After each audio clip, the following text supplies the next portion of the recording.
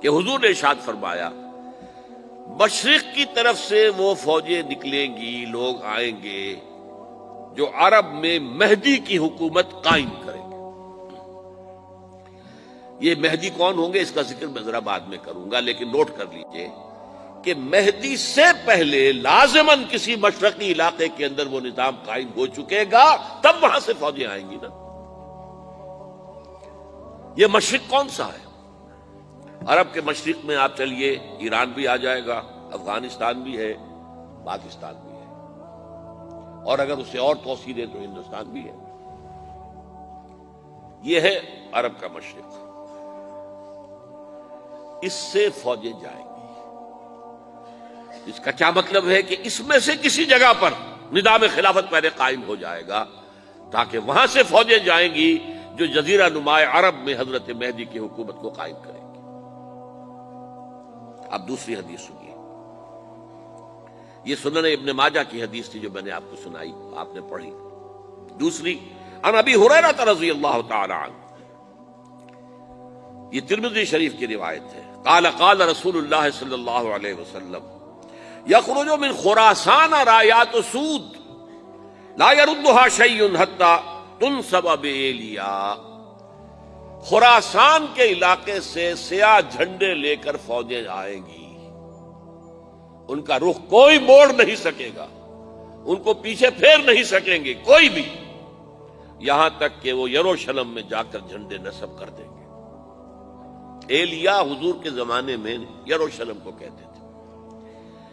یہ یروشلم تھا جب حضرت سلیمان کی حکومت تھی اور یہاں پر معبد سلیمانی، ہیکل سلیمانی قائم ہوا، پھر یہ یروشلم ہی رہا ہے تاریخ میں، یہاں تک کہ سن 70 عیسوی میں جب ٹائٹس رومی جنرل نے اس کو گرایا، ختم کیا، سیکنڈ ٹیمپل گرا دیا اور یہاں سے یہودیوں کو کہا نکل جاؤ، یہاں سے کوئی یہودی باقی نہیں رہا، بالکل تہو بالا برباد کر دیا۔ اس کے کوئی 150 سال بعد ہیڈریان، رومن ایمپرر ہیڈریان، اس نے پھر دوبارہ آباد کیا اس شہر کو۔ 150 سال تک یہ بالکل بنجر اور بالکل غیر آباد پڑا تھا۔ اب ہیڈریان نے جب آباد کیا تو اس کا نام ایلیا رکھا، اب یروشلم نام نہیں تھا۔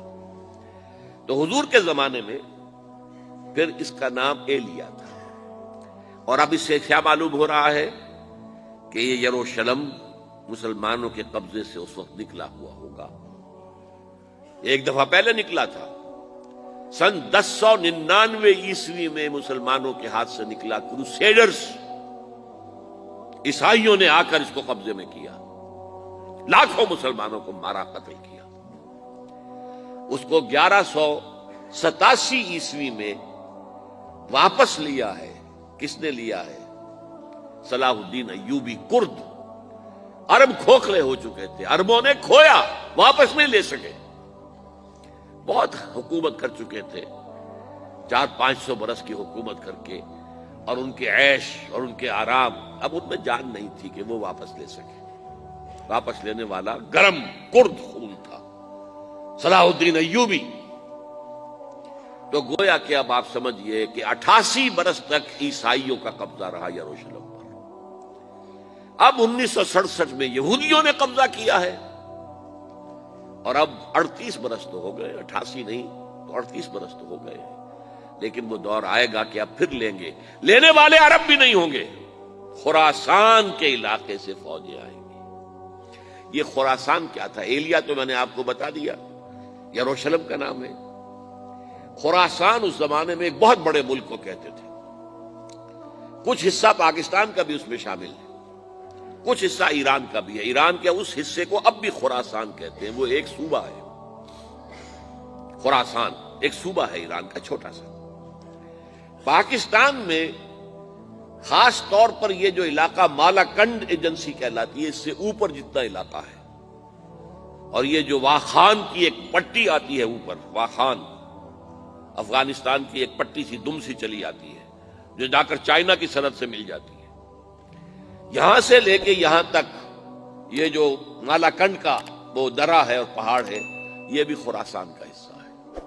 باقی تقریباً 2/3 آف افغانستان، ساؤدرن حصہ نہیں ہے خراسان کا حصہ، یہ سیستان کہلاتا تھا، یہ خراسان نہیں ہے۔ لیکن یہ کہ اوپر کا 2/3 آف افغانستان اور اس کے ساتھ یہ جو عرب، جو اب یہ ترک ممالک آزاد ہوئے ہیں سوویت یونین کی ڈسولوشن کے ساتھ، یہ سارا علاقہ کہلاتا ہے خراسان بزرگ۔